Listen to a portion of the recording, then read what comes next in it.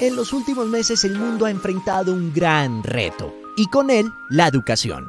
¿Habrán adquirido los estudiantes los aprendizajes esperados y necesarios para continuar su proceso de formación? ¿Cuál es el nivel de aprendizaje real alcanzado? ¿Cómo trabajar un repaso efectivo y práctico que asegure el alcance de los resultados? Ha llegado el momento de diagnosticar, planificar y atender las dificultades de aprendizaje de los estudiantes. Es el momento de emprender juntos un regreso eficaz. Regreso Eficaz es un plan de repaso estructurado a través de una secuencia didáctica dividida en 3 momentos. Recuerda, para obtener un diagnóstico. Repasa, para revisar las competencias fundamentales. Realiza, para promover la práctica activa. Aplicamos esta secuencia sobre las competencias claves identificadas en todos los grados, concentrándonos en las áreas de español, matemáticas, ciencias sociales y ciencias naturales. Organizamos todo en un planificador web que permite la corrección automática de ítems y actividades digitales, conjugando el trabajo del estudiante en casa con el acompañamiento docente. En Santillana, somos conscientes del enorme desafío que los docentes, los colegios y las familias han enfrentado y reiteramos nuestro compromiso para ayudarlos en este proceso. Es por ello que hemos preparado una ruta para acompañarlos en un regreso eficaz, un buen inicio que asegure un desarrollo exitoso.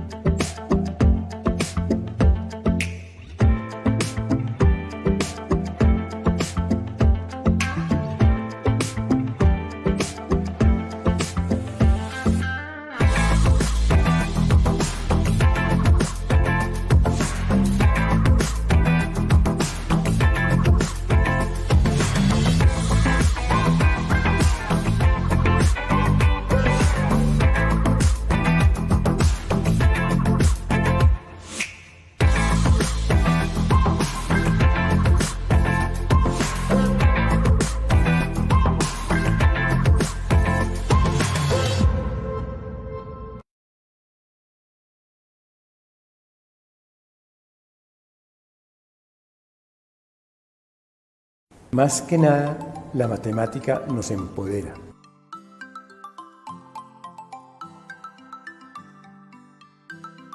Y de los muchos poderes que la matemática nos brinda, ninguno más poderoso que el poder de pensar. Pensar es lo que nos hace el ser vivo más poderoso sobre la Tierra. Pensar es lo que nos ha permitido construir las asombrosas civilizaciones en las que vivimos. Pensando es que hemos podido controlar las pestes, conquistar el espacio, construir pirámides y rascacielos, microscopios y telescopios, superar problemas de toda índole. Pensando será que ahora y en el futuro resolveremos los problemas que tenemos por delante. Todas las disciplinas nos enseñan a pensar. Las ciencias sociales, las ciencias naturales, las humanidades, las artes, todas lo hacen y necesitan el pensamiento para progresar. Pero de todas, es la matemática la disciplina que mejor nos lo enseña. Aprender a pensar es la razón de las matemáticas. En matemáticas resolvemos problemas todo el tiempo y para ello es necesario pensar.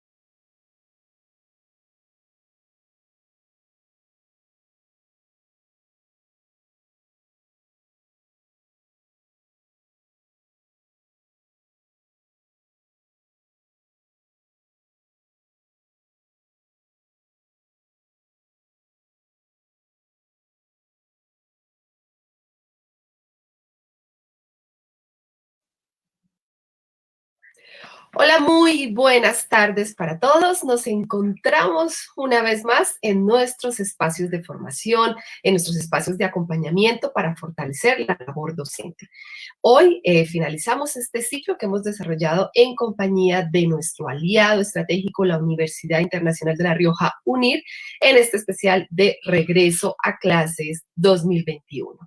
Damos a esta hora la bienvenida a todas las personas que se conectan con nosotros, que nos están conectando desde Colombia especialmente, pero por supuesto también desde nuestros países hermanos de Latinoamérica, de Perú, de Ecuador, también se conectan, y por supuesto de todas las regiones de Colombia, de Bogotá, de Medellín, de la costa, de Bucaramanga, nos van saludando. Bueno, nos encanta poder tenerlos en estos espacios y seguir apoyando esa labor tan importante que desarrollan en la formación de los niños y los jóvenes del futuro.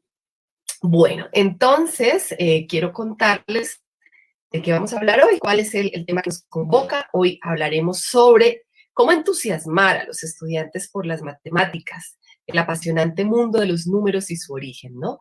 Podríamos decir que el número, junto con el lenguaje, es una de las más importantes creaciones del ser humano. Es a partir del surgimiento de los números, cada vez más sofisticados a lo largo del tiempo, que las civilizaciones se fueron desarrollando. Conocer la historia de los números es, por lo tanto, una manera de reconocer nuestra historia como especie humana. Sobre este tema, sobre esta reflexión, es que va a girar nuestra formación en el día de hoy. Y a esta hora quiero dar la bienvenida a nuestra ponente, a Franchelli Corti. Franchelli, bienvenida a nuestros espacios virtuales de Santillana. Muy buenas noches, Hilda. Muchas gracias por la invitación, por la presentación. Gracias. Bueno, buenas noches. Bueno, además estábamos hablando. ¡Claro!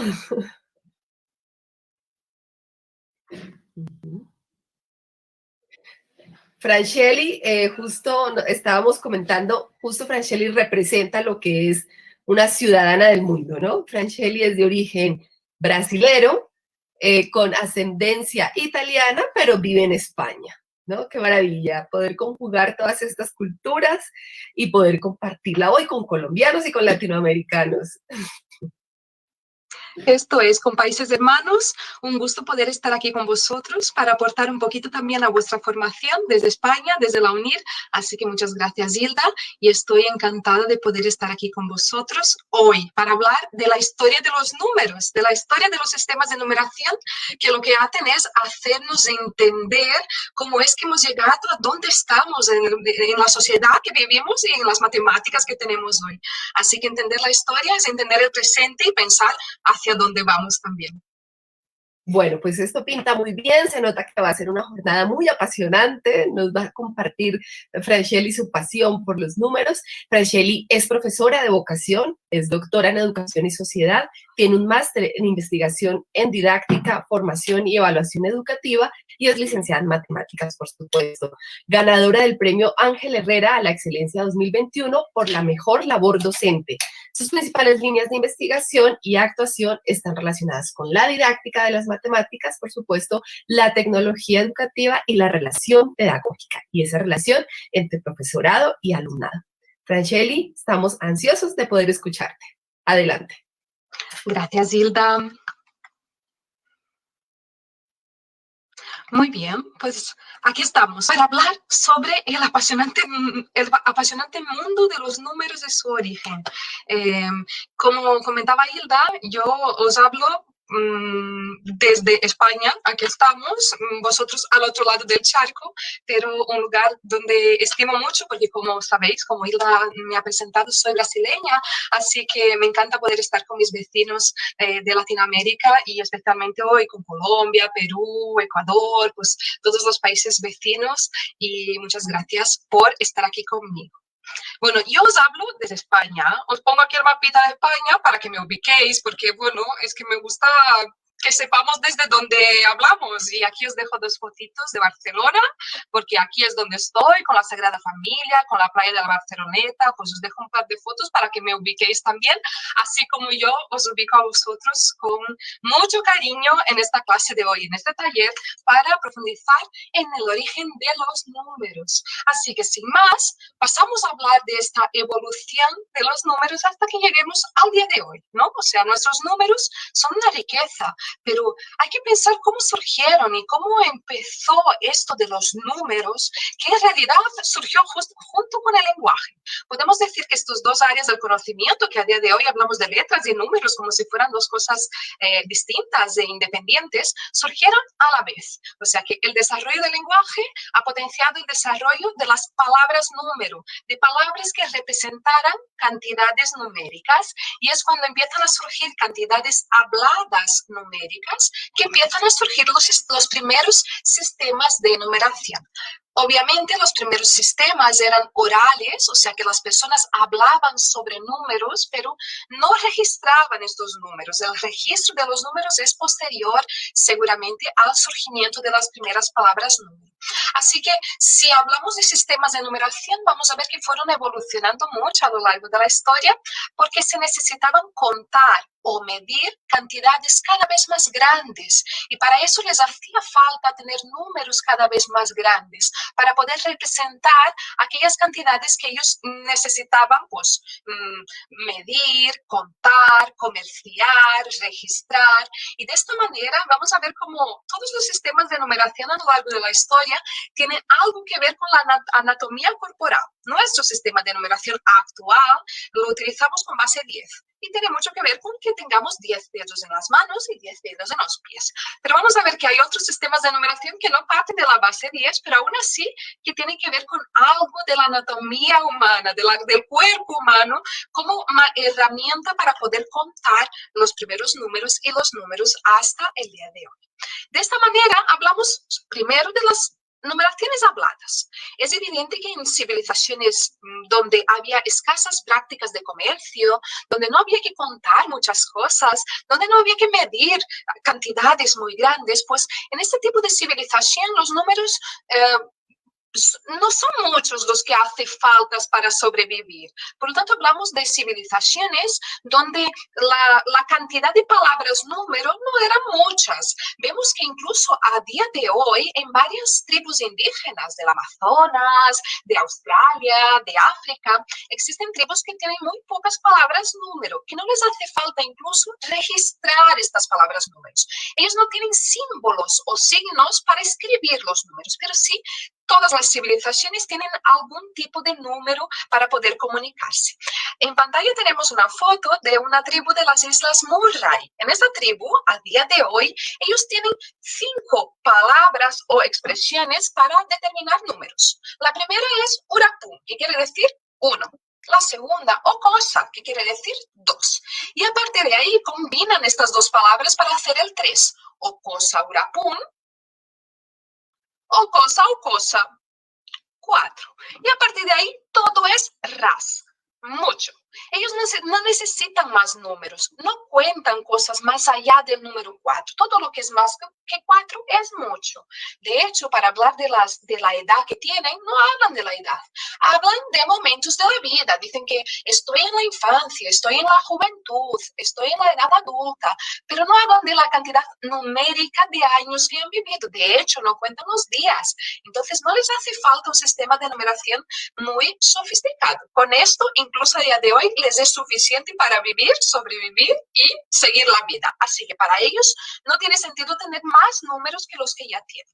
Si alguien tiene curiosidad, pues las Islas Murray están en el Estrecho de Torres. Podemos ahí ver en el mapa que está ahí cerquita de Australia y no se puede visitar. Si hay alguien que tiene muchas ganas de viajar cuando acabe la pandemia y que, bueno, poder visitar visitar una tribu como esta, porque sepáis que no se puede visitar porque son tribus aisladas. Esta, por ejemplo, es una tribu aislada y no se puede visitar, no hay vuelos para ir ahí.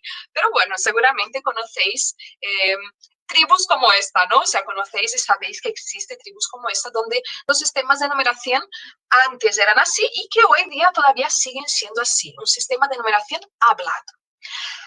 Hablando de tribus antiguas, las que empezaron con sus sistemas de numeración escritos, registrados de alguna manera, vamos a ver que la primera representación numérica era una representación simple.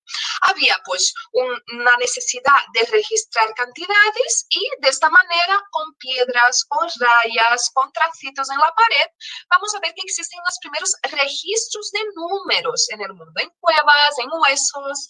Aquí en pantalla os dejo una foto del hueso de Shango. Se considera el primer registro numérico de la historia de la humanidad. Data de 20.000 años antes de Cristo y fue encontrado en lo que hoy es el Congo, en África.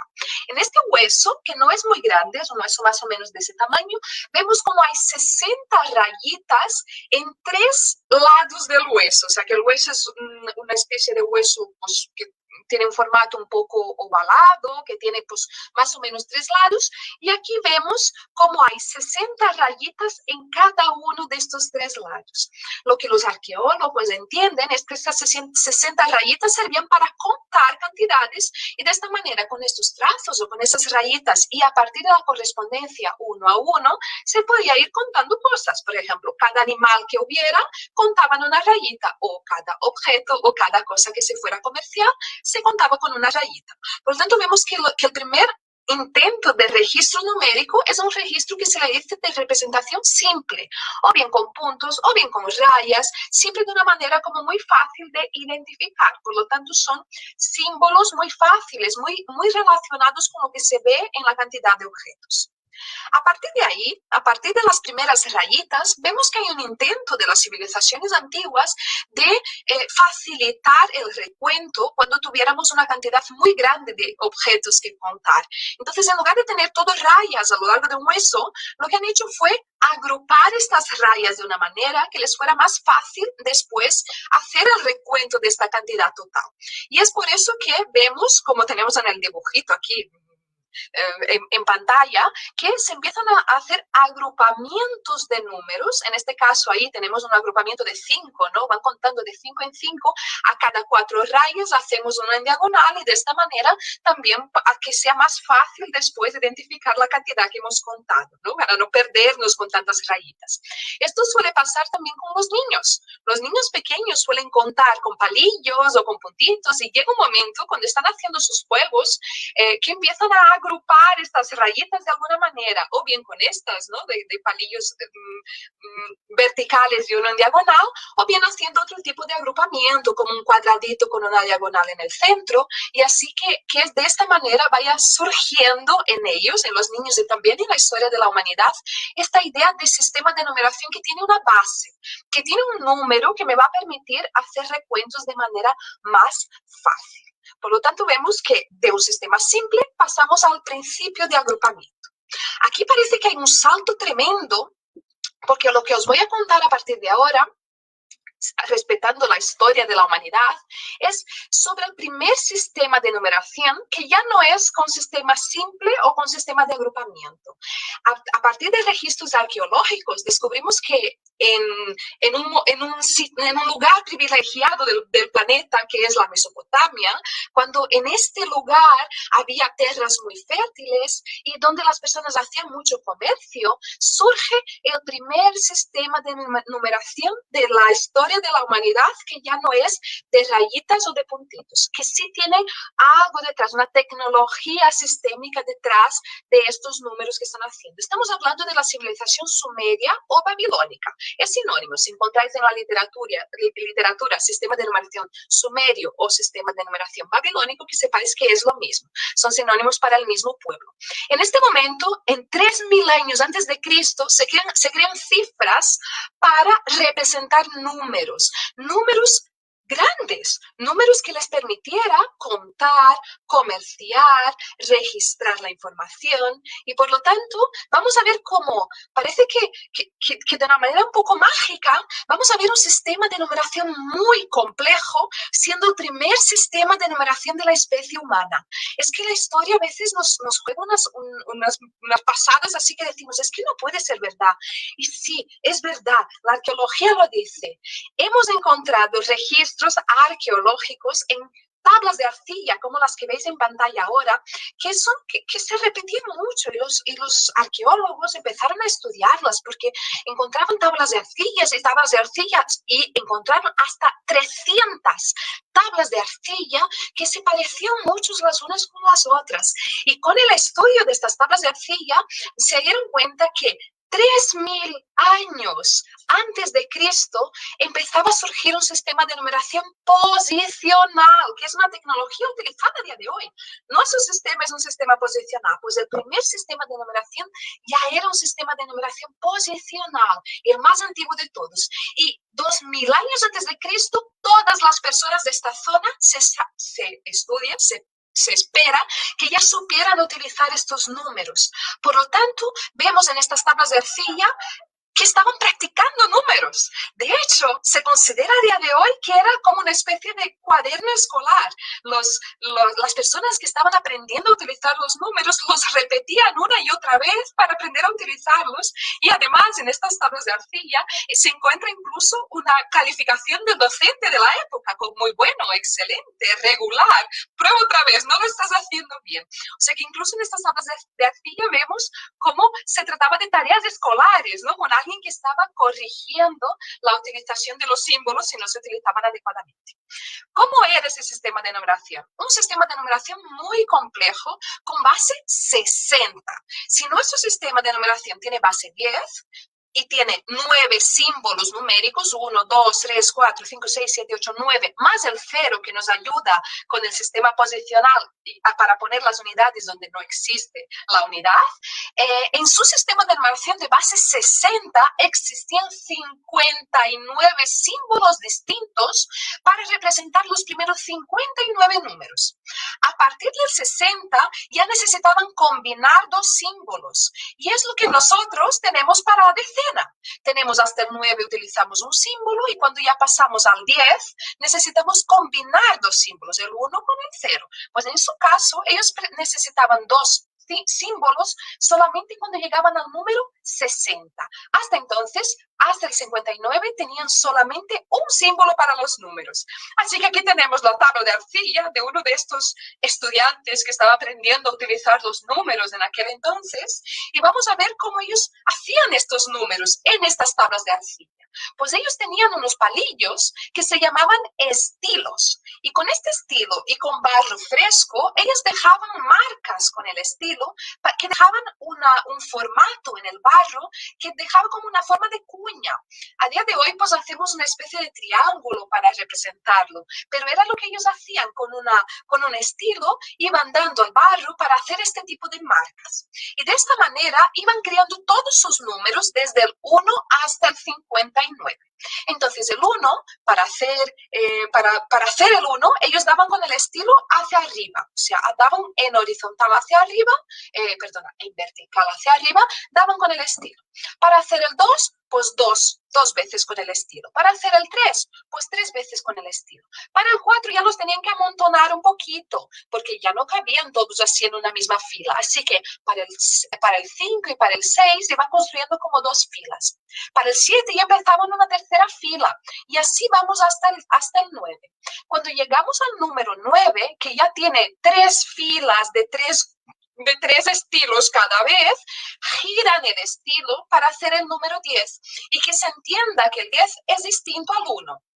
Fíjense, como ellos también tienen el 10 como base auxiliar en su sistema de numeración, sin embargo, a partir del 10, para hacer el 11, pues combinan el 10, que es una vez con el estilo en horizontal y otra vez con el estilo en vertical. Y así por delante hasta el número 59. Aquí tenemos otra manera de representar lo mismo. Sabemos que tienen números hasta el 59, y a partir de ahí, si ya estamos hablando del número 60, del número 61, del número 62, pues ya vamos a tener que combinar 2 cifras numéricas. Es como nosotros que tenemos que combinar 2 cifras para escribir el número 10, el 11, el 12 y así por delante. Así que para que ellos pudieran escribir un número que para nosotros es el número 8733, vamos a ver que ellos necesitaban 3 cifras numéricas. Una cifra numérica para representar las unidades, otra cifra numérica para representar lo que para nosotros son nuestras decenas y que para ellos son sus sesentenas, porque ya son agrupamientos de 60, y otra cifra numérica para representar lo que para nosotros son nuestras centenas y que para ellos ya es algo en el ámbito del 3600, ¿no? Que son las potencias del 60. 60 a la 0, 60 a la 1, 60 a la 2 y así por delante. Así que para que nosotros podamos escribir un número en el sistema babilónico, lo que podemos hacer es ir repartiendo esta cantidad en estas potencias del 60 y poder ver cómo sería entonces este número escrito en el sistema sumerio o en el sistema babilónico. Así que el número 8733, si lo dividimos entre 60 y lo vamos haciendo, veremos que hay 2 veces de 3600 dentro del 8733. Y es por eso que en la tercera posición, o sea, en lo que sería para nosotros la posición de las centenas, ellos tienen 2. El número 2. El número 2 significa que hay 2 veces de 3600. En la siguiente casilla, o sea, eliminando estas 2 veces de 3600, vamos a ver que hay 25 sesentenas en este número. Y es ahí donde vemos escrito el número 25. Y por fin quedan 33 unidades, que hay que pensar que para ellos hasta el número 59 se trata de unidades. Fíjense que si bien su sistema era muy tecnológico para la época e incluso para el día de hoy, ellos tenían algunos problemas con su sistema de numeración. Uno de ellos es que los números se quedan todos como muy juntos y es difícil identificar que se trata de un 2, de un 25 y de un 33. Y esto generaba problemas, generaba dudas. Intentaban dejar más espacios para separar las unidades de las sesentenas del siguiente orden del número, sin embargo, podría generar algunos problemas. Además, os contaré algo más adelante que tiene que ver con ese sistema de numeración que también les representaba un problema. Pero no os quiero dejar muy asustados, pero esta población ya trabajaba con fracciones y números decimales. O sea, que parece que no puede ser verdad, pero la primera civilización que ha tenido un sistema de numeración más allá del registro simple ya tenía un sistema de numeración muy complejo. Pero a partir de ahora vamos a dar un paso atrás y vamos a ver otros sistemas de numeración que a nivel de tecnología matemática son intermedios entre los sistemas de representación simple y ese sistema de numeración que ya es súper tecnológico. El siguiente sistema de numeración del cual hablaremos es el de la cultura egipcia. Más o menos en la misma época en que Mesopotamia, los sumerios, inventaron el sistema de numeración que os acabo de contar, en Egipto también había un sistema de numeración. De hecho, era el momento que estaban construyendo sus pirámides, por lo tanto, era muy importante poder medir con precisión lo que iban a construir después. Entonces, vemos que en Egipto también hay un sistema de numeración, pero muy distinto al sistema babilónico. No tiene nada que ver, de hecho. Es un sistema de numeración que parte del principio aditivo. ¿Esto qué quiere decir? Quiere decir, sistema aditivo, que tienen que sumar las cifras que corresponde cada uno de sus símbolos para tener la cantidad total. Por lo tanto, no es un sistema posicional donde puedo repetir la misma cifra en posiciones distintas, sino que cada orden numérica tiene un símbolo específico. Estamos hablando de la escritura jeroglífica del año aproximado de 2900 a.C. Fíjense que va muy a la par a nivel cronológico con el sistema que os acabo de contar. En este caso tenemos figuras que representan cada una de las potencias del 10. Fíjense, otra vez, cuerpo humano, potencias del 10. Y aquí tenemos, entonces, símbolos que van a representar cada una de las potencias del 10. Y cuando vamos a escribir el número, por ejemplo, si queremos escribir el número 24, vamos a tener que poner 2 veces el símbolo del 10 y 4 veces el símbolo del 1. Por lo tanto, vamos poniendo juntos los símbolos y al final sumamos lo que representa cada uno de ellos. Es interesante pensar que los primeros símbolos, los más pequeños como el 1, el 10, son símbolos fáciles de dibujar y cuanto más grande es el número, más difícil va siendo la manera de dibujar estos números. Y eso tiene una explicación muy lógica dentro de la cultura egipcia, porque los números del cotidiano que las personas comunes, los trabajadores tenían que utilizar en su día a día para comprar el pan o para medir pequeñas cosas, son los primeros que tenemos ahí. El 1, que era un palillo simple, el 10, que representa una cuerda, el 100, que representa un rollo de cuerdas, y a partir de ahí ya tenemos los números que son considerados los números de los aristócratas. El 1000 tiene una flor de loto, que para ellos en la cultura egipcia representaba una buena suerte, representaba fortuna la flor de loto. Por lo tanto, el número 1000 ya es un número que ya los trabajadores no solían utilizarlos. Y era un número más de los aristócratas. El número 10.000 es representado por un dedo autoritario. Es como si estuviera dando un orden este dedo. Pues ahí tenemos el 10.000, que otra vez es un número aristócrata. El siguiente número, el 100.000, también un número muy aristócrata, nos representaba una rana o un animal que se ve en otros lugares como un animal que era un símbolo sagrado para ellos. Podemos interpretarlo como una rana o como un animal que aparece mucho en las pirámides como un símbolo sagrado. Por lo tanto, estos 3 números son números ya de personas más pudientes, ya no de los trabajadores normales. Es por eso que son más trabajados, ¿no? El dibujo es más complejo. El número 1.000.000 es un número que básicamente solo el faraón utilizaba. ¿Quién tenía 1.000.000 de cosas para contar? Pues básicamente solo el faraón.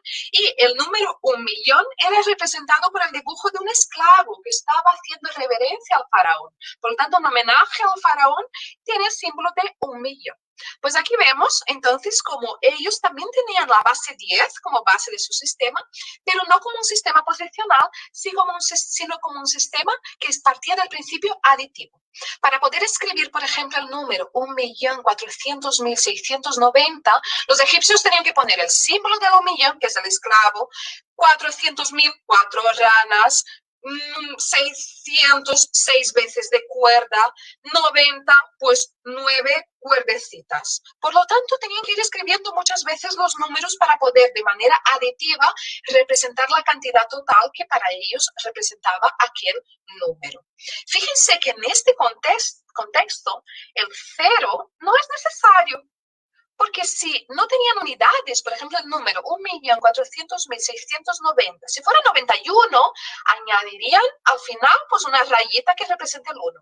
Al no tener unidades, simplemente no ponen nada. Entonces, en este sistema no tenía sentido tener símbolo para el cero. Y no la tenían, de hecho. Tenemos aquí símbolos que representan cantidades válidas para medir, para contar. No tenemos ni cero, ni números negativos, pero sí los egipcios ya tenían números fraccionarios, como eran arquitectos, ingenieros y construían sus pirámides, necesitaban tener también cantidades más pequeñas que la unidad. Así que aquí en pantalla no la tenemos, pero sí tenían símbolos para el 1/2, para el 1/4, para el 1/8, hasta el 1/64 tenían símbolos para representarlos. Así que sistema de numeración egipcio, más o menos en el tiempo regula con el sistema sumerio o babilónico, pero parte de otro principio, no tiene nada que ver, no es un sistema posicional, simplemente vamos poniendo toda la información junta y al final hay que sumar esta cantidad de números para descubrir cuál es el número a que se refiere. Otro sistema de numeración que también parte del principio aditivo, que vamos poniendo cosas y sumando sus valores, es el sistema de numeración romano. Pero fíjense que el sistema de numeración romano se da en el tiempo mucho después que el egipcio y que el babilónico. O sea que es un sistema que tiene una tecnología más primitiva y que duró mucho en el tiempo. ¿Pero por qué duró mucho en el tiempo? Porque el sistema de numeración romano era el sistema de numeración del Imperio Romano, que era un imperio que a través de la guerra dominó bastante parte de la Europa y del mundo a través de sus conquistas bélicas, y de esta manera imponían su sistema de numeración, que era un sistema primitivo para la época que se ha utilizado. Es un sistema que tiene una tecnología inferior muchos años después a, por ejemplo, el sistema babilónico, que ya era un sistema posicional. Por lo tanto, cuando hablamos del sistema de numeración romano, vamos a ver que es un sistema que parte del principio aditivo, tiene ahí no solo aditivo, sino que también resta, ¿no? Porque si estamos escribiendo el 3 es 3 palillos, pero si es el 4 ya ponemos el 5 menos 1, ¿no? O sea que tiene ahí una mezcla, pero no deja de ser un sistema con principio aditivo, con sumas y restas. Sumamos las cantidades numéricas para obtener la cantidad total, ¿no? Y este es un tipo de sistema que dificulta mucho los cálculos, por ejemplo. En el Imperio Romano, las personas que trabajaban con números eran calculistas, tenían una profesión específica para ello. Entonces la gente común no sabía trabajar con los números, sabía registrar los números, podían escribir el año que estaban o podían poner los números romanos en un reloj, por ejemplo, pero les era muy difícil sumar, restar, multiplicar, dividir, porque ese sistema de numeración era muy complejo para hacer las cuentas. Solamente los profesionales sabían hacer cuentas matemáticas utilizando sus números. Incluso a día de hoy es bastante difícil. Nos hace falta pues algunos instrumentos que nos ayuden a hacer estas cuentas con los números romanos. Pero hablando de otro tipo de numeración, vamos a hablar de la numeración china. En otro lugar del planeta Tierra, los chinos han desarrollado un sistema de numeración muy importante. En su caso, no trabajaban con el principio aditivo, sino con el principio multiplicativo. No sumamos los números solo por sumar, sino que hay multiplicaciones entre el medio. Os cuento, en ese sistema de numeración, también con una base 10, entre comillas, o sea, es base 10, pero no es tal cual la nuestra, vamos a ver que existen símbolos desde el 1 hasta el 9, y a partir de ahí encontramos potencias del 10. El 10, el 100, el 1000, el 10.000 y así por delante. Ellos escribían sus números, así como su escritura de palabras, en vertical, no en horizontal como nosotros escribimos. Así que ellos empezaban a escribir el número desde arriba hasta abajo, siendo que abajo quedaban las unidades y arriba, en la parte superior del número, pues cada vez las órdenes superiores. Por lo tanto, las decenas, las centenas, los millares van subiendo. Como si fuera un edificio que va subiendo, pues el de abajo es las unidades y así vamos subiendo con las siguientes órdenes. en la siguiente diapositiva os enseño un ejemplo de este tipo de número. Fíjense que aquí tenemos escrito el número 3468. ¿Cómo se escribe este número en el sistema de numeración chino? Empezamos con el 3000. Escribiremos 3000, que se multiplicará 3000. Luego, 400, 4 por 100. Luego, 60, 6 por 10 y por fin el 8 abajo de todo. O sea que lo único que no va en parejita son las unidades. El 8 va suelto, pero los demás siempre van acompañando su pareja.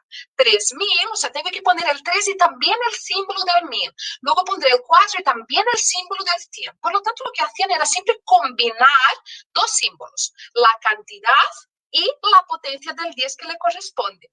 Esto es muy interesante trabajar en la escuela con los estudiantes que están aprendiendo a trabajar con nuestro sistema de numeración, ¿no? Si sois docentes de primaria, seguramente esa es una actividad muy divertida para que entiendan nuestro sistema posicional a partir de un resumen o de una síntesis de lo que es el sistema de numeración con el principio multiplicativo. Fíjense que el principio multiplicativo añade el principio aditivo, porque tenemos un 3000 donde hay una multiplicación, pero después sumamos la cantidad que viene después, 400. Sumamos el 60, sumamos el 8. Por lo tanto, el principio multiplicativo tiene incorporado dentro suya también el principio aditivo, que sería más sencillo. Y el principio de posición, que viene después, incorpora esta idea, pero ya eliminando las potencias del 10 por escrito y simplemente pues dejando en cada posición lo que le corresponde. En este caso, el 0 tampoco se hace necesario. Si lo pensamos bien y quisiéramos escribir el número 3408, o sea, sin el 60 de lo que tenemos en pantalla, lo que haríamos sería eliminar esa parte del número. Escribiríamos el 3000, el 400 y pondríamos directamente el 8. O sea que las potencias del 10 que no tienen cifra válida, simplemente no se escriben. Las dejamos pasar y ponemos la siguiente cantidad. Por lo tanto, en este sistema de numeración tampoco hay el 0 como número válido. Así que vamos a ver a continuación cuál es la gran conquista de la humanidad. En el desarrollo histórico, humano y de las matemáticas, llegamos a un momento donde el principio de posición se ha dado a partir de una síntesis de lo que vemos anteriormente. Pasamos de rayitas a números escritos, números que partían de un principio de adición, de suma, luego pasamos al principio multiplicativo y finalmente llegamos al principio de posición, que es el principio que se basa en nuestro sistema de numeración. Aquí, cada cifra o símbolo numérico es relativo, o sea, el 5 que está en las decenas no significa lo mismo que el mismo 5, es el mismo símbolo, pero si está en otra casilla, si está en la casilla de los millares. Por lo tanto, cada posición representa una cantidad. Y esto es algo que lo hemos construido con muchos años de historia de las matemáticas. Así que vemos en nuestro sistema numérico, como tenemos en pantalla, las unidades, decenas, centenas, millares y que cada una de ellas corresponde a una potencia del 10. También las décimas, las centésimas y las milésimas son potencias del 10 y cada una en su posición, aunque sea la misma cifra, significan cosas distintas. Pero hablando de esto, vemos que en los sistemas posicionales el 0 se hace muy necesario. ¿Cómo podríamos escribir el número 905 sin poner el 0 en la casilla de las decenas? Eso sería un problema, porque ¿qué haríamos? ¿Dejaríamos un espacio en blanco allí para decir que no hay nada? O sea, ¿tendríamos que siempre hacer como celdas, como lo que tenemos aquí, para decir que no hay nada ahí? O sea, tener un símbolo para el 0 es muy importante para un sistema posicional, tanto para el caso del 905 como del 590, como el del 950. Nos hace falta tener el 0, porque en nuestro sistema posicional, si no tenemos algo ahí, hay que poner una información. Bueno, ha llegado el momento de volver a hablar de los babilónicos o sumerios. el primer sistema de numeración del mundo mundial sí que era un sistema de numeración posicional como el nuestro, pero tenía fallos, no era perfecto. Y el principal de estos fallos es que, aunque fuera un sistema posicional, no tenían un símbolo para representar el cero. Y esto les causaba muchísimos problemas, porque cuando querían escribir un número donde en una posición no había cantidades válidas, o sea que sería un cero, simplemente dejaban un espacio en blanco. Pero esto generaba mucha confusión, porque imagínense escribir el número 905, para nosotros 905, en su caso no, porque es otra base, pero bueno, el número 905, y escribir el número 9005. Pues entonces en el siguiente tengo que dejar dos espacios en blanco, pero claro, la cantidad de espacios es algo un poco subjetiva. Por lo tanto, en su sistema de numeración, los babilónicos, aunque eran muy inteligentes y han utilizado una tecnología avanzadísima para su época, aún así vemos que había fallos. El principal de ellos es que no tenían un símbolo para representar la cantidad nula de alguna de las posiciones de su sistema. Y es ahí donde entramos en el sistema maya de numeración. El sistema maya que tiene de manera fundamentada el cero utilizado por primera vez en un sistema posicional donde no hubiera una cantidad para poner en aquel orden, pues se ponía el símbolo del cero. El sistema maya, muy tecnológico también, vamos a ver que tiene base 20. Tiene base 20 y a partir del 20, a partir del 19, por lo tanto, ya tenemos que utilizar dos cifras para representar este número. Los números también se escriben de abajo a arriba, como si fuera una planta de un edificio, donde en la planta de abajo tenemos las unidades, en la planta siguiente lo que para nosotros serían las decenas y para ellos las veintenas, la siguiente planta ya sería lo que para nosotros son las centenas, y así por delante. O sea, hasta 4 plantas, hasta lo que serían nuestros millares, pero para ellos significa mucho más que esto. De esta manera, vemos cómo ellos tenían un sistema muy completo, porque tenían 19 símbolos más el cero, que es lo que hace falta para escribir cualquier número en un sistema posicional, ¿no? Unas cifras válidas, como nosotros tenemos del 1 al 9, y además el 0 para poder combinarlas, las dos, y poder hacer así cualquier número que quisiera.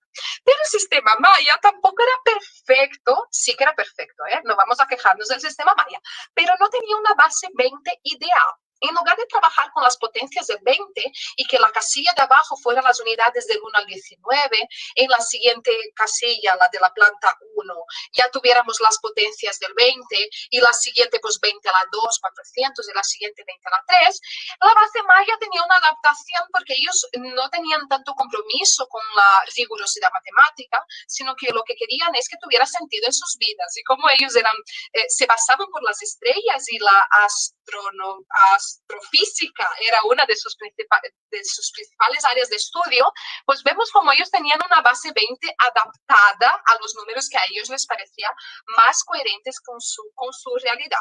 Por lo tanto, cuando vemos un número maya escrito de esta manera, de abajo arriba, vamos a ver que tenemos ahí abajo un número 19, que serían sus unidades. Hay que pensar que tienen hasta 19 como unidad válida, más 30 veintenas en este caso, y el siguiente número, la siguiente casilla, que podrían ser hasta 4 plantas, hasta 4 cifras numéricas, tenemos el número que representaría pues la multiplicación por 360. Nos fijamos entonces que no es una base 20 ideal, pero una base 20 muy interesante. Si nos damos cuenta de cómo eran sus símbolos, vemos que utilizaban el 5 como base auxiliar y el 1 como base complementaria. Por lo tanto, tenemos el 1, el 2, el 3, el 4 y el 5, perdona, el 4, y el 5 ya es así, y ahí vamos a 1, a 2, a 3, a 4, y a 5 otra vez así, y hasta el número 19. O sea que un sistema muy interesante también. Bueno, sigo para hablar de nuestro sistema de numeración. Hablo nuestro porque es el que utilizamos vosotros y yo, o sea, es el que se ha implementado masivamente en el mundo, aunque otros sistemas sigan coexistiendo. Vemos que el sistema que utilizamos hoy surgió en la India en el año 500 después de Cristo, o sea, 500 de nuestros tiempos. Es un sistema de numeración con base 10, por lo tanto tenemos los mayas, que era base 20, ¿no? Que tenía que ver con cosas de la luna y, bueno, tenía cuestiones más astrofísicas, pero también del cuerpo humano, porque tenemos 20 dedos en las manos y, bueno, 10 dedos de las manos más los 10 dedos en los pies, 20 dedos en total. En el sistema de numeración indo-arábigo, que es el nuestro, utilizamos la base 10 por los 10 dedos de las manos. Así que surge en India y vemos que los primeros registros de los números eran los que tenemos en pantalla. O sea, el 1 era un poquito más dormidito, estaba cansado, el 2 también un poco más, el 3 tenía una vuelta más, el 4 parecía una Y, el 5 pues una U, no sé, ahí si nos dedicamos encontramos el sentido de cómo es que han evolucionado estos símbolos hasta lo que tenemos a día de hoy. Este sistema de numeración fue llevado a lo que hoy es Bagdad, más o menos en el año 900 después de Cristo, o sea, 400 años después de su surgimiento en la India. Este sistema de numeración llega a Bagdad a través de unos representantes del gobierno de la India que querían hacer un regalo a los gobernantes de lo que es a día de hoy la región de Bagdad, que era una región, que es Irak, ¿no? Que era una región muy rica y por lo tanto les han regalado el conocimiento de su sistema numérico. Y los árabes que vivían ahí pensaron, madre mía, ese sistema numérico es mucho mejor que lo que tenemos a día de hoy. Vamos a cogerlos para nosotros. Y los árabes que se fueron expandiendo por el norte de África y por muchas zonas de Asia, a cada lugar que iban y conquistaban, evidentemente llevaban su sistema numérico, así como los romanos lo hacían por Europa. Entonces tenemos aquí dos imperios que a la vez van conquistando tierras, los árabes más por el norte de Europa y Asia y los romanos más por Europa, que donde llegaban llevaban su sistema numérico y entonces ya deja de ser solo sistema de numeración indio y pasa a ser indo-arábigo, porque fueron los árabes los que lo adaptaron y acabaron llevando este sistema a muchos otros países. Ese sistema de numeración llega a Europa con la invasión árabe de España por Granada, donde se han quedado ahí y trajeron a Europa su sistema de numeración. Sin embargo, había mucha reticencia, había mucha sospecha por parte de los europeos sobre la utilización de ese sistema numérico. Pensaban que era algo que los árabes estaban intentando imponer y además los romanos no querían que estos números que nadie había oído hablar nunca se perpetraran por Europa. Así que en un primer momento como que fue todo como un poco guerra entre imperios y los números estaban ahí entre medio de esta guerra entre imperios. Y en este momento donde los números indoarábigos intentaban llegar a Europa, surge una persona muy importante que se llama Leonardo de Pisa o Fibonacci. Sí, el Fibonacci, nuestro Fibonacci, tan querido por las asociaciones de Fibonacci, pues aquí tenemos Fibonacci como una persona muy importante para la implementación y para el reconocimiento del sistema indoarábigo en Europa.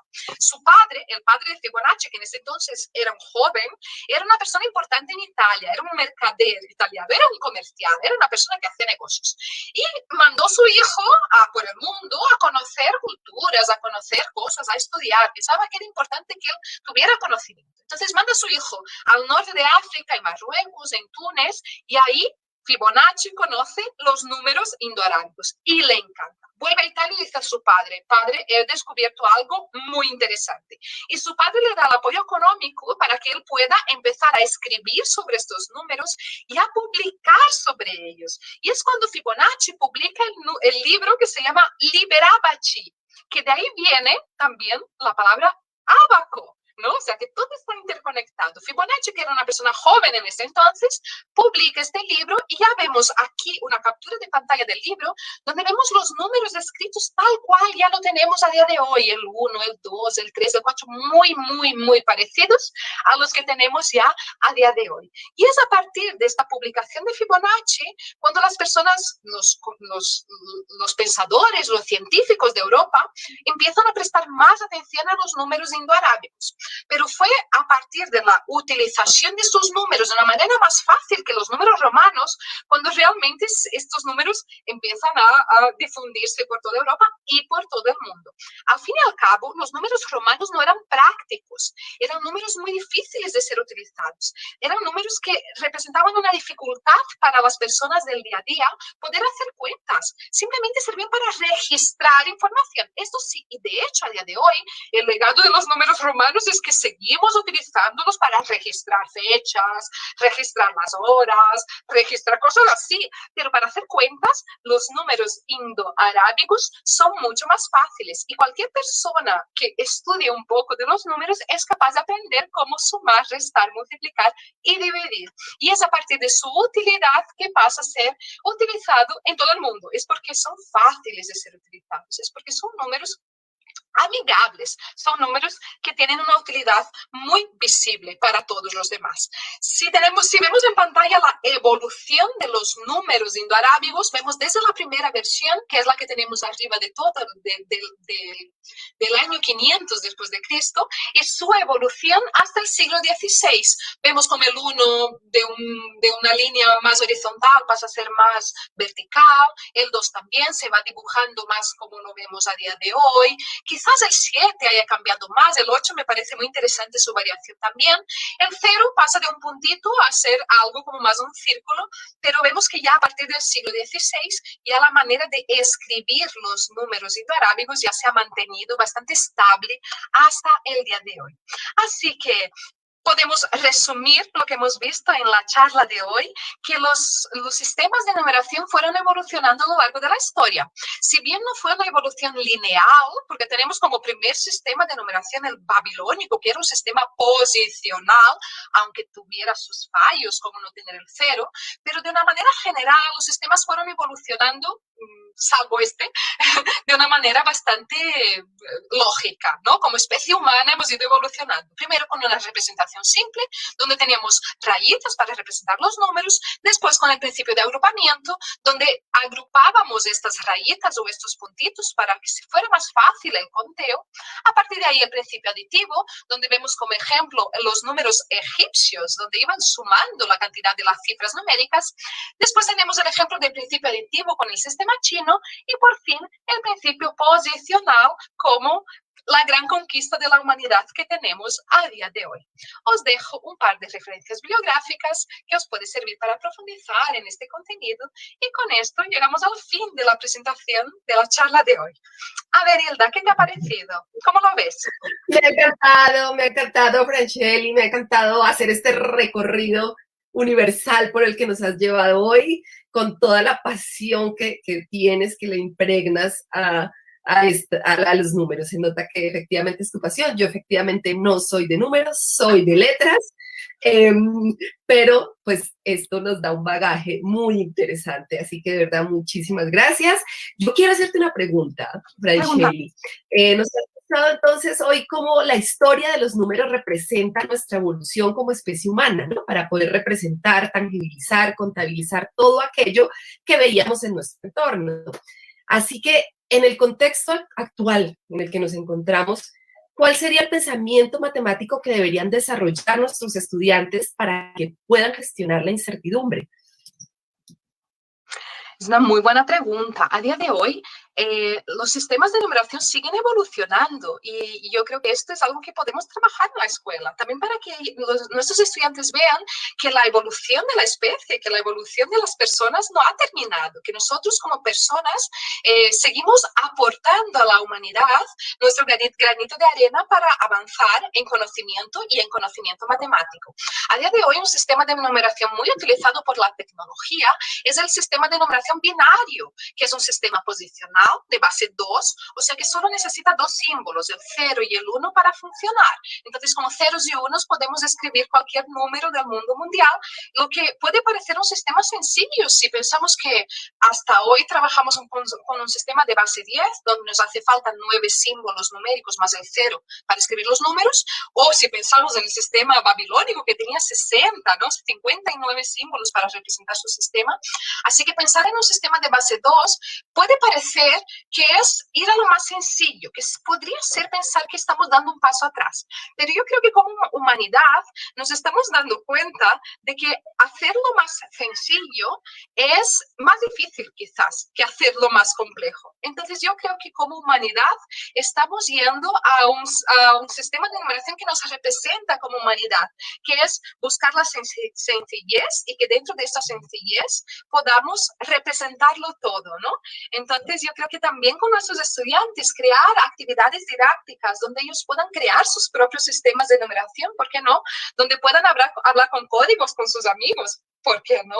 Así podríamos hacer con que este tiempo que vivimos y que parece que todo ya está construido y que todo ya está hecho, sea una idea que la podamos reconstruir en la escuela con esta idea de que como especie humana todavía podemos crear muchas cosas y que estamos construyendo muchas cosas. Así que no sé si te he contestado, Hilda, ¿era por ahí la pregunta? Exactamente, no, y qué maravilla también este cambio de paradigma de empoderar a nuestros estudiantes y decirle que también en sus manos está la evolución de los números y la misma evolución de la especie, que pues finalmente, tal vez como yo lo aprendí, nunca me planteé eso o nunca nos planteamos eso, simplemente estos son los números y esto es lo que hay que aprender y así se multiplica y así se divide. O sea, hasta hoy no me había planteado que puede existir otra forma, ¿no?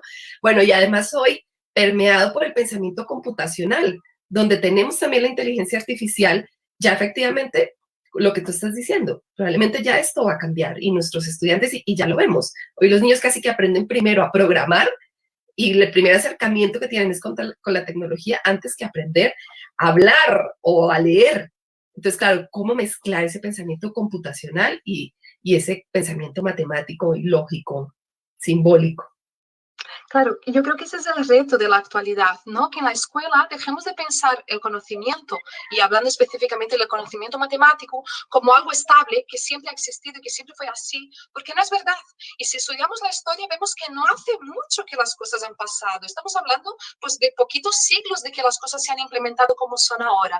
Y hablar sobre ello con nuestros estudiantes es mirar hacia el pasado para darnos cuenta cómo hemos llegado a ser quienes somos como sociedad y que está en nuestras manos el construir el futuro. Y aquí tenemos, por ejemplo, entonces esta idea de conexión entre el pensamiento numérico y el pensamiento digital, ¿no? Y todo lo que tiene que ver con la competencia digital, con la utilización del sistema binario dentro de nuestras clases, ¿no? Trabajar este sistema y que ellos lo entiendan y que ellos sean capaces de crear sus propios sistemas y sus propias codificaciones.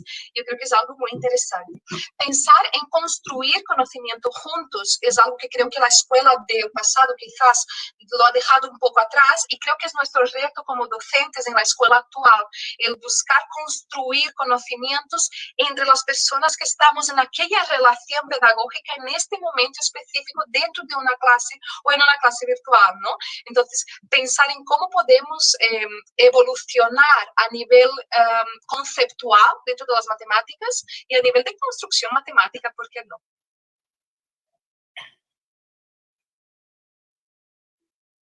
Nos dejas hoy muchas inquietudes para llevar al aula, nos dejas un reto grandísimo de empezar a construir esos nuevos conceptos y esa evolución que tendrán los números, que tendrá el pensamiento matemático, el pensamiento computacional y seguir construyendo el futuro, porque es lo que nos toca. Y es lo que tenemos en nuestras manos. Bueno, se nos acaba el tiempo, quisiéramos poder alargar esta conversación, seguir preguntándote muchas cosas. Voy a dar aquí espacio para una última preguntita que veo que nos preguntan desde Pasto. ¿Cómo motivar el aprendizaje de los números a través de las palabras? Y yo creo que hay que pensar que el surgimiento de los números surgió a la vez que el surgimiento de las palabras. Y lo que vemos ahora con esta desvinculación no nos beneficia a nadie. A mí me encanta en mis clases con mis alumnos pequeños de secundaria, digo pequeños, bueno, de secundaria, es hacer, pero se puede hacer en primaria también, yo llamo el momento de la filosofía matemática, donde hablamos sobre las cosas, donde reflexionamos sobre los conceptos, donde entre todos buscamos dar sentido a lo que estamos haciendo en las clases de matemáticas. Entonces es el momento de utilizar lo que en matemáticas decimos el registro lingüístico de lengua natural para hablar sobre las matemáticas. Entonces construir nuevos conceptos. Yo suelo preguntar a mis estudiantes, ¿qué es multiplicar? Si queremos multiplicar dos números, ¿qué es esto? Porque llega un momento que actuamos de manera automática. Hacemos multiplicaciones porque conocemos las tablas de multiplicar. 2 por 5 es 10. Pero ¿qué es 2 por 5? 2 por 5 originariamente es el 2 que se va sumando reiteradamente 5 veces. Entonces es 2 más 2 más 2 más 2 más 2, que es igual a 10. 2 por 5 es 10. Simplificamos la vida con las matemáticas utilizando la multiplicación para no tener que hacer una suma reiterada, pero llega un momento que se nos olvida estos conceptos primarios. Y cuando llegamos a trabajar con derivadas, integrales, parece que se nos olvidan los conceptos primitivos matemáticos. Entonces, yo lo que invito siempre a mis alumnos a través de la lengua es hablar sobre ello, hablar sobre qué significa para nosotros aquello que estamos haciendo, porque las matemáticas son técnicas, es verdad, hay técnicas para resolver ecuaciones, hay técnicas para construir una gráfica, hay técnicas para resolver el determinante de una matriz, pero no nos podemos quedar en las técnicas, tenemos que hablar sobre ello para que el significado de lo que estamos haciendo quede en nuestros alumnos, y hablar y escribir sobre ello es algo muy importante, y es aquí donde yo creo que la lengua y las matemáticas tienen que ir de la mano, el saber hablar sobre y argumentar sobre lo que estamos haciendo. Claro, y reflexionar sobre la práctica que estamos llevando a cabo, por supuesto, y creo que así lo están viviendo hoy los chicos. Yo como mamá 3.0 de 3 niños, uno de ellos en primaria, es apasionado por los números y, por ejemplo, él me hacía esa reflexión, es que mamá, multiplicar es poder sumar más fácil. Y yo decía, bueno, hasta ahora no lo había visto como de esa manera, ¿no? Pues multiplicar es multiplicar y es esto, pero efectivamente veo como ya él lo asimila de otra manera a través de la metodología del aprendizaje basado en números, ¿no? Donde asocia los números y te facilitan la vida. Y no como esa clase que veíamos a veces como, oh, números, qué dolor de cabeza. Entonces, bueno, ahí está ese reto para seguir simplificándonos la vida y hacerla cada vez más emocionante a través de los números, por supuesto. Franchelli, se nos acaba el tiempo. No sé si tengas algún otro mensaje final que quieras compartirnos, alguna clave didáctica que podamos compartir con nuestros docentes que están súper entusiasmados escuchándote y que obviamente esperamos volver a recibirte en estos espacios. Ojalá, yo también tengo muchas ganas. Yo creo que lo único que hay que pensar, más que lo que estamos enseñando y aprendiendo, es que el aprendizaje se da siempre en una relación. Nos relacionamos con nuestros estudiantes y es con esta relación que es personal donde podemos construir entre todos el conocimiento. Por lo tanto, pensar que además de enseñar y aprender, ser felices en esta relación y pasarlo bien en esta relación es tan importante como transmitir conocimientos, porque estamos transmitiendo nuestra pasión por las matemáticas o por el contenido que vamos a enseñar, y de esta manera transmitir en la relación con nuestros alumnos esta alegría, esta felicidad, hará con que ellos también quieran más de las matemáticas y no tengan ningún tipo de pensamiento como, ay, las matemáticas, qué difícil, qué aburrido. No es lo que queremos. Queremos que quieran a las matemáticas y lo van a querer si nosotros transmitimos esta pasión por los números para ellos. Así que eso era lo que os quería decir. Bueno, pues maravilloso. Seguro que hoy nos vamos con mucho más amor por los números y por las matemáticas, con toda esta pasión que le has impregnado y con esta charla tan maravillosa que nos has regalado hoy. Así que, bueno, pues esperamos seguir contando con estos espacios de formación desde la UNIR, seguir contando con todo este conocimiento, seguir apoyando a nuestros docentes en su importante labor en el aula y esperamos vernos en una próxima ocasión. Los invitamos a que sigan conectados a través de nuestro numeral Regreso a Clases 2021, donde seguiremos poniendo estrategias, seguiremos dando tips, seguiremos presentando noticias, contando, bueno, todo lo que está pasando, porque finalmente seguimos construyendo este momento, seguimos construyendo el futuro juntos. Un abrazo muy fuerte para todos. Franchelli, mil y mil gracias. Te dejamos ya descansar, te agradecemos por tu tiempo, por tu espacio. Ya está un poco más tarde, para ti ya es un poco tarde en España, pero ya puedes irte a descansar. Muchísimas gracias. Gracias a vosotros. Hasta luego. Adiós.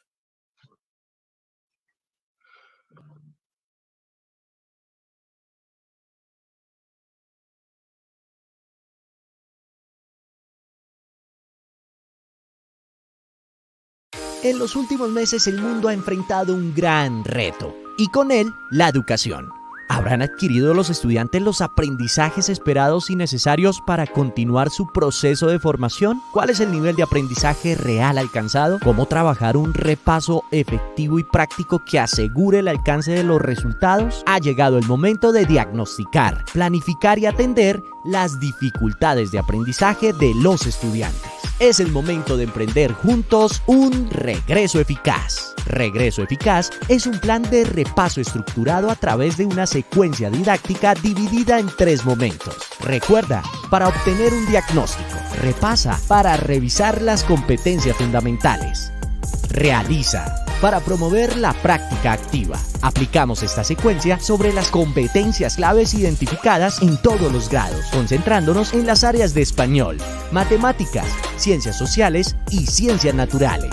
Organizamos todo en un planificador web que permite la corrección automática de ítems y actividades digitales, conjugando el trabajo del estudiante en casa con el acompañamiento docente. En Santillana, somos conscientes del enorme desafío que los docentes, los colegios y las familias han enfrentado y reiteramos nuestro compromiso para ayudarlos en este proceso. Es por ello que hemos preparado una ruta para acompañarlos en un regreso eficaz, un buen inicio que asegure un desarrollo exitoso.